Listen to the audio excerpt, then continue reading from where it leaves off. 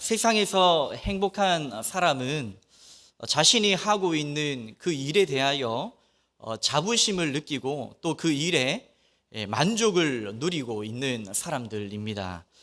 남들이 보기에 어떠하든지 어떠한 형편에 있든지 간에 지금 내가 하고 있는 이 일이 자기 자신에게 행복을 준다면 우리는 그 일들을 즐겁게 해 나갈 수가 있을 것입니다. 그 일이 아무리 힘들고 또 어려워도 수고보다 우리 안에 있는 행복이 더 크다면 그 모든 일들을 더 기꺼이 잘 감당해 나갈 수가 있습니다. 연세대학교 교육학부 장원섭 교수가 지은 이 다시 장인이다라는 책에 보면 이런 말이 쓰여져 있습니다. 장인은 재미와 보람으로 일한다. 일하는 게 기쁘고 일하면서 삶의 의미를 찾는다. 장인들에게 일은 단순히 먹고 살기 위한 생계 수단을 넘어선다. 장인은 일에서 그런 행복을 찾는 사람이다. 일을 통해 자신의 삶을 완성한다라고 그렇게 쓰여져 있습니다. 비단 일뿐이겠습니까? 우리 예수 그리스도를 믿는 우리 믿음의 성도들 또한 우리가 신앙생활 안에는 기쁨이 있어야 합니다. 즐거움이 있어야 하고 그 안에 의미가 있어야 합니다. 생명을 살리고 하나님께서 맡기신 일을 하는 가운데 우리는 기쁨을 느끼고 또한 보람을 찾아야 하는 것입니다. 바로 생명을 위한 장인들이 되어야 합니다. 예수 그리스도 안에 있는 이 생명의 기쁨을 회복하며 하나님께서 이루시는 그 모든 생명 살리는 일에 우리가 동참하며 거기에 우리가 기도하며 하나님 앞에 나아갈 때 우리는 모든 삶의 의미를 찾아 나갈 수 있을 것입니다. 그러므로 오늘 우리는 이 누가복음 15장의 말씀을 통해서 정말 우리 그리스도인들이 가져야 할 궁극적인 행복의 그 기준과 우리가 어떻게 하면 신앙 안에서 기쁨을 회복할 수 있을까? 이 말씀을 통해서 우리가 함께 은혜를 나누고자 합니다. 누가복음은 예수 그리스도께서 사람의 아들로 태어나 잃어버린 자들을 구원하시기 위해 이 땅에 오셨음을 누가복음은 그렇게 밝히고 있습니다. 그 중에 오늘 우리가 읽은 누가복음 15장의 말씀은 이 누가복음의 주제가 잘 들어가 있습니다. 중요한 장이며 또 우리가 흔히 들어왔던 이 세 가지의 비유, 잃은 양 비유로 시작해서 잃은 드라크마 비유, 돌아온 탕자 비유까지 이 세 가지의 비유가 연속적으로 이어져 나가고 있습니다. 오늘 말씀 첫 부분에 보면 이렇게 시작합니다. 15장 첫 부분에 모든 세리와 죄인들이 말씀을 들으러 가까이 나아오니라고 말씀을 전합니다. 마치 길을 잃은 양들처럼 삶의 목적이 없는 그 세리와 죄인들이 오늘 용기를 가지고 주님 앞에 나오게 되었습니다. 이들은 이전 14장 마지막 35절에 기록되어 있는 것처럼 이들은 어떠한 사람들이었습니까? 바로 들을 귀가 있는 그러한 자들이었습니다. 그저 단순히 말씀을 귀로 듣는 자들이 아닙니다. 말씀에 깊이 공감하는 자들입니다. 말씀을 들을 준비가 되어 있다라고 하는 것입니다. 세상이 말하는 가난한 자, 저는 자, 앞을 보지 못하는 자, 세상이 말하고 있는 무엇인가 부족한 자들이라 그렇게 비추어졌지만 그러나 이들은 영적인 메마름을 느끼며 구원자 되시는 예수 그리스도 앞에 담대한 모습으로 오늘 서게 되었습니다. 그 반면 2절에 나아가면 그와 상반된 사람들이 또한 등장하고 있습니다. 2절 보면은 바리새인과 서기관들이 등장합니다. 이 바리새인과 서기관들은 어떠한 사람들입니까? 당시 율법에 능통하고 그리고 사람들로부터 존경을 받고 있는 그러한 종교 지도자들이었습니다. 의례 하나님의 사랑을 독차지하는 이들이라 평가되었던 그러한 사람들이었습니다. 그들은 오늘 예수 그리스도께서 죄인들과 함께하고 있는 그 모습을 바라보며 그들은 수근거리기 시작했습니다. 그들 스스로 예수님과 또 그곳에 모인 사람들을 판단하기 시작합니다. 예수 그리스도께서 죄인을 영접하고 음식을 같이 먹는 그 이유 때문에 예수 그리스도와 그 제자들을 향하여 비난하고 있습니다. 예수님은 무엇인가 기다렸다는 듯이 비로소 그 모든 바리새인과 서기관들의 모든 모습을 다 보고 난 후에 오늘 비로소 말씀을 선포하고 계십니다. 정작 말씀을 들으러 나온 사람들은 세리와 죄인들이었지만, 그러나 예수 그리스도는 그 불만을 품고 있던 예수님께서 행하신 그 모든 행적들에 대하여 스스로 하나님의 사람이라 여겼던 이 바리새인들과 서기관들은 그 불만을 품으며 그 예수님 앞에 나아갔을 바로 그때 예수님은 비유로 말씀을 시작하고 계시는 것입니다. 오늘 예수님은 먼저 무엇을 말씀하고 계시는 것입니까? 바로 죄인에 대해서 말씀을 하고 계시는 것입니다. 오늘 두 종류의 사람이 나옵니다. 세리와 죄인들, 바리새인과 서기관, 이 두 종류의 사람들에게는 분명한 차이가 있었습니다. 바로 첫 번째 종류의 사람, 바로 세리와 죄인들에게는 비록 겉으로 드러나는 모습은 너무나 연약하고 부족한 모습이었다라고 말할 수 있지만, 그러나 그들에게는 영적인 메마름이 있었다라는 것입니다. 죄에 대한 그 민감한 반응이 이 세리와 죄인들에게는 있었습니다. 죄를 깨닫고 죄에 대한 그 무서움을 알고 자신 안에 있는 모든 죄를 용서함 받는 것은 바로 예수님 밖에 없다라는 그 사실을 믿고 예수님 앞에 담대하게 나아갔던 사람들이 바로 오늘 세리와 죄인들이었습니다. 마치 십자가에 못 박힌 강도가 예수님을 만나 진심으로 회개하며 그가 낙원에 거할 수 있는 은혜를 누리며 살아갔던 것처럼, 오늘 세리와 죄인들, 겉으로 드러나는 모습은 비록 죄인의 모습이었지만, 그러나 예수 그리스도 앞에 나아갈 때 그들의 죄에 대한 구원은 이미 예수 그리스도 안에 있음을 우리는 먼저 바라보게 되는 것입니다. 그러나 바리새인과 서기관들은 어떻습니까?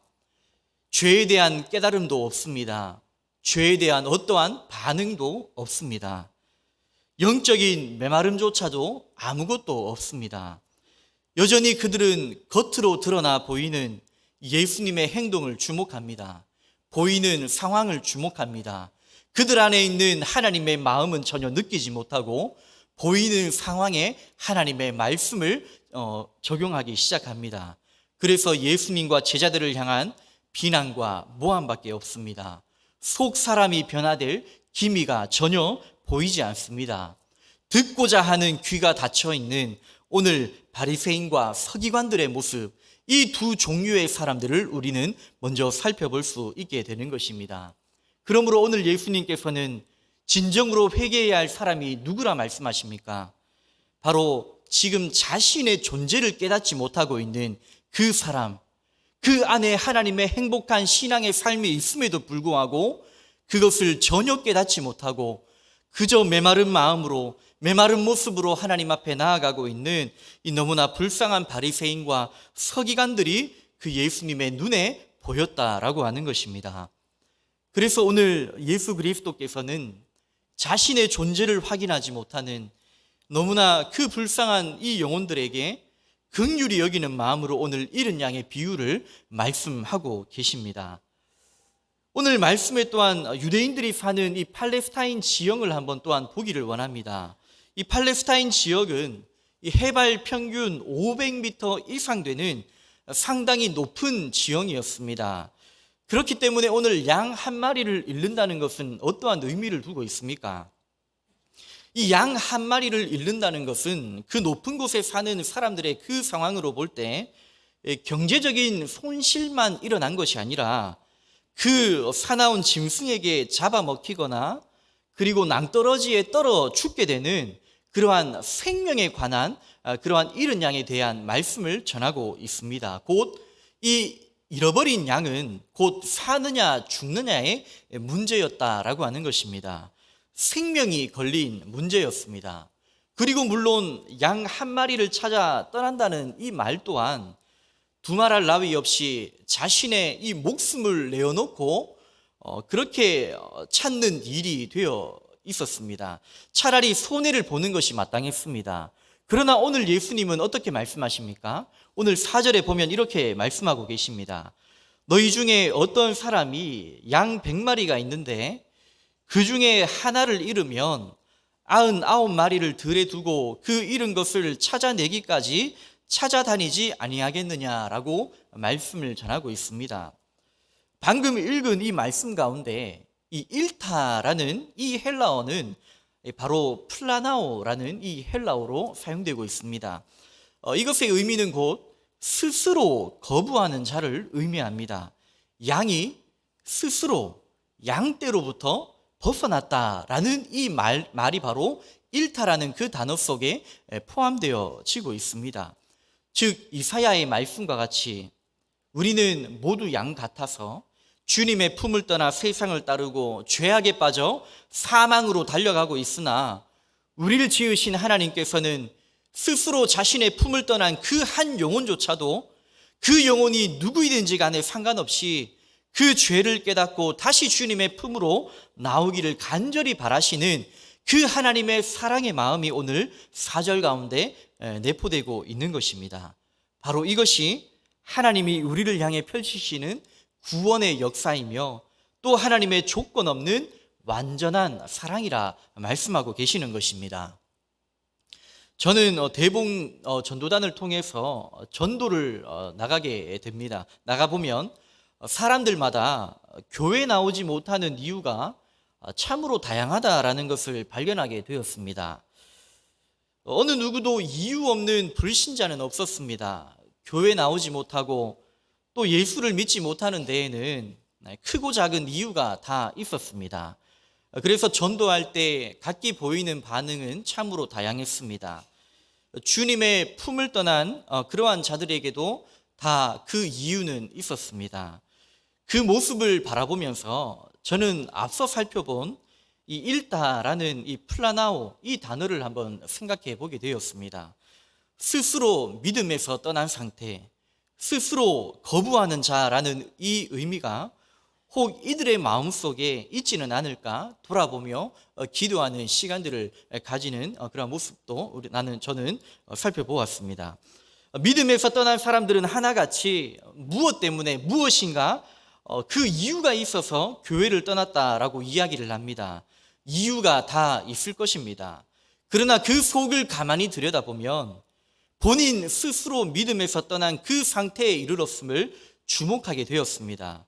그러면서 누군가의 이 마음의 문을 열어주기를 바라는 영적인 메마름 상태에 놓여있는 그 잃어버린 자들의 마음 또한 살피게 되었습니다.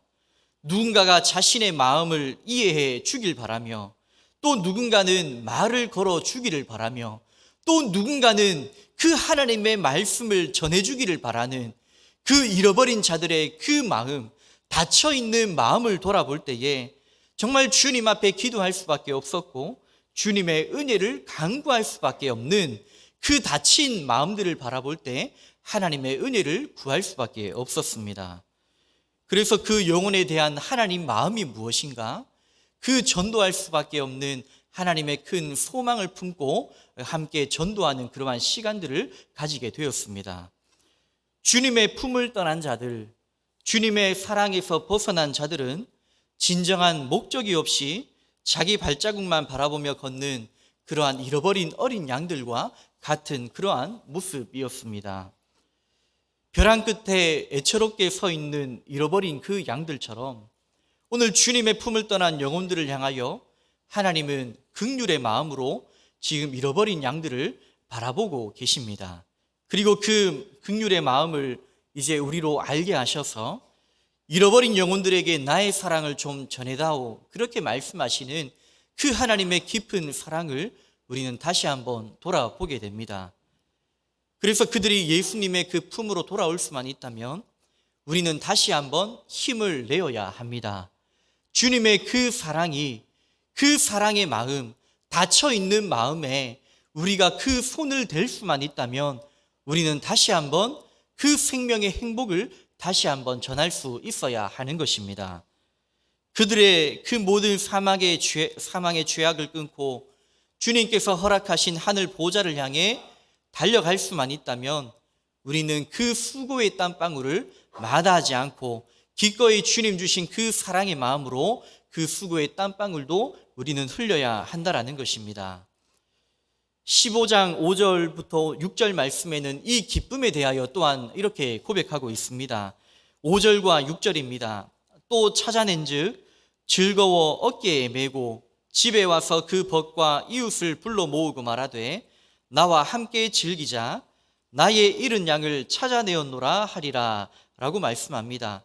저는 이 구절을 읽을 때마다 하나님의 능력을 바라보게 됩니다. 잃어버린 이 양에 대한 기쁨, 그 기쁨은 속으로 표현되어지는 그 기쁨이 아닙니다. 겉으로 표현되어지는 덩실덩실 춤을 추게 되는 그 기쁨의 표현이 오늘 예수님의 표현입니다. 그 기쁨의 결과는 행동으로 이어집니다. 그 목자는 잃어버린 양을 단숨에 어깨에 메고 춤을 추며 기쁨으로 집에 돌아오는 그 예수님의 모습을 우리는 떠올리게 됩니다. 그 어깨, 그 양을 어깨에 메고 돌아오시는 그 예수님의 그 어깨는 어떠한 어깨입니까? 이 세상 모든 것을 다 가능하게 하는 어깨입니다.